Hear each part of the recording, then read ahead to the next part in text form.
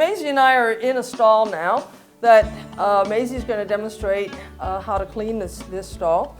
You can see it's bedded in straw, and Maisie has a typical straw pitchfork here. Notice it only has 4 tines, and they're rather spaced apart, but that makes your sorting through the straw much easier than the different types of forks, which we'll show you later. So there's a couple terms we want to just mention. Maisie, if I said to you, would you pick out this stall, what does that mean to you? I would come in and just pick up the manure that's very obvious and on the top of the stall, but not be fairly cursory and not spend a whole lot of time. Not sorting through a lot. Now, if we said we were going to clean a stall, this would be something you would do if the horse had been in the stall overnight and there's more work that you'd be doing. So you'd be looking for what types of things? Well, first I would start by picking out the obvious manure, and then I would try to sort out the clean straw from the dirty straw by piling the clean straw at the edge of the stall and keeping an eye out for wet spots from urine or spilled water buckets and such. And then if I asked you to strip a stall, what would that mean? I would take out all the bedding in the stall so that all was left would be the bare floor. And you might be doing that, for instance, if you really wanted to be able to clean the stall. If you were in a hospital situation where one patient went home, you'd strip out the stall, clean it, get it prepped for another patient coming in. So let me move out of the way, and you can get started showing your procedure for cleaning the stall.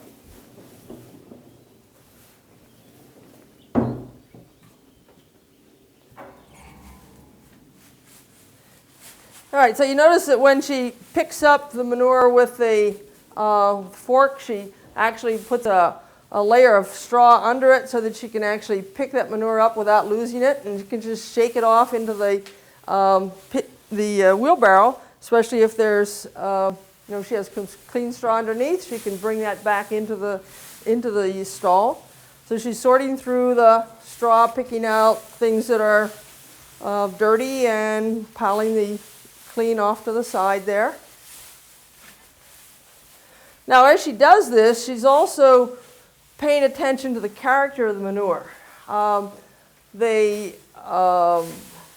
amount of manure that you might have with a horse would be maybe 3 or 4 or 5 passages of manure through the night.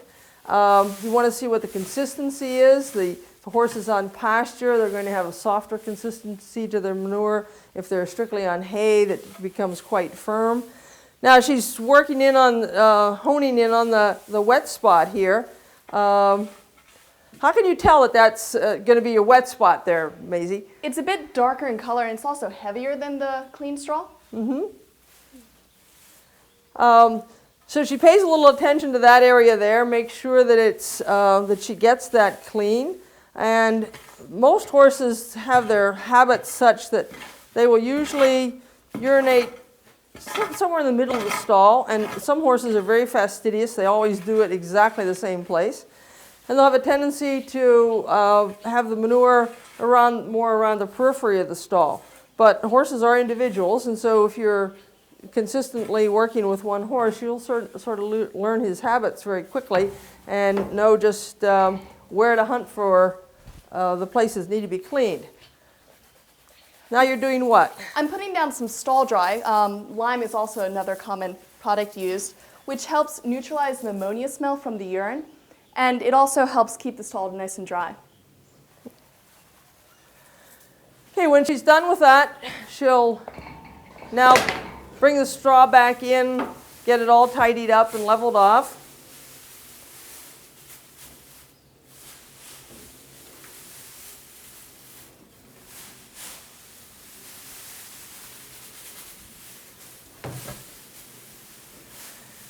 And she's going to be paying some attention to where the hay, does the horse needs more hay? She'll make sure the hay that is there in the stall that she's maybe gathered to the place where she wants to put the straw, that it's clean, that it's okay for the horse still to eat. This particular stall is set up with the hay over by the water buckets because this horse likes to dunk his hay, and so she's making it very convenient for that horse to do that. But different horses will like different places for their hay to be. So tell us a little bit about your setup here, Maisie. The water buckets are set up next to each other with a nice salt block so that the horse, if needs more salt, can just lick it at his own pleasure. The feeding bin is over in the corner, away from the horse in the stall next to him, so that he's not harassed by his neighbor. And these water buckets are set as high as they can be on the stall wall so that they're less likely to spill out. Right, and how about your hooks there for your water buckets? We have two different types of hooks here. This one is just a little, kind of like a fish hook in which the bucket can just latch onto. And this one is a double-ended snap where you actually pull down the end and snap it onto the screw eye. Both of these hooks are facing so that either the hook or the latch are towards the wall so that a horse is less likely to get caught on it or accidentally unhook the bucket.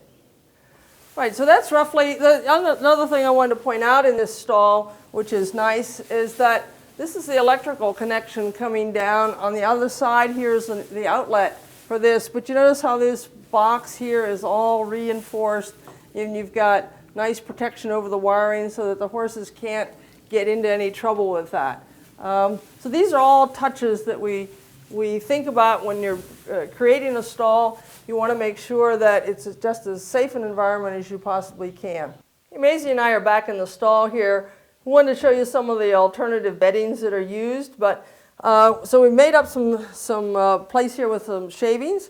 Maisie has what's typically a shavings fork. You notice the tines are much closer together. So she'll demonstrate how that's actually used. Notice she can get under the manure with some shavings. She can rock the fork a little bit, get the shavings to fall through. So you can conserve a lot of shavings that way. And pick out the manure, anything that stays there is kind of small enough that you don't have to worry about that. But these shavings are white pine shavings. Most of them are imported from Canada, or at least New England, from around here. And they work out very well. What are some of the characteristics about shavings that you have found? Shavings are a lot more absorbent than straw.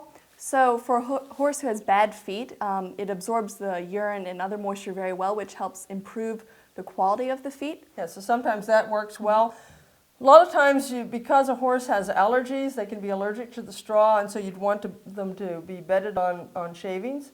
Sometimes you have a horse that just wants to eat a lot of straw, and you would rather not have them do that, so you'll put them on shavings, and they don't have a tendency. They'll eat a little bit of shavings, but they have a tendency not to do that so much. You wanted to point out something about the type of shavings as far as walnut shavings. Well, you want to make sure that the shavings you are using are not from black walnut trees, because horses often have a reaction to that and can founder. Right, develop some laminitis. That's can be a very serious problem. So what are some of the other beddings that you've run into, either around here or other parts of the country? Shredded or pelleted paper is becoming increasingly popular, right. As well as down south, there's often shelled peanuts. From the peanut industry, yes. Down there. I've seen peat moss be used in Europe. And in Europe, it's very hard to get wood shavings because they don't have many forests like we do in Canada and so on. So wood shavings are really a premium in Europe. So there's all different things that you might find because of regional preferences, financially, what's a cheaper bedding than something else. But that's some of the reasons that you'll see different things, but they're handled a little bit differently, so you need to be aware of that. If you go into a stall with straw with this type of a fork, the horseman's going to look at you and kind of scratch his head and kind of know that you haven't been around and haven't cleaned many stalls before. When you see a doorway like this that's got a snap on it, this is a tip that you have a horse, a patient in that stall who thinks he's the latter-day Houdini. This snap is keeping that horse from throwing his gate open. So it's real important when you're working with that horse and coming in and out of that stall to remember to hook it back up again, or else you'll be chasing your patient down the driveway.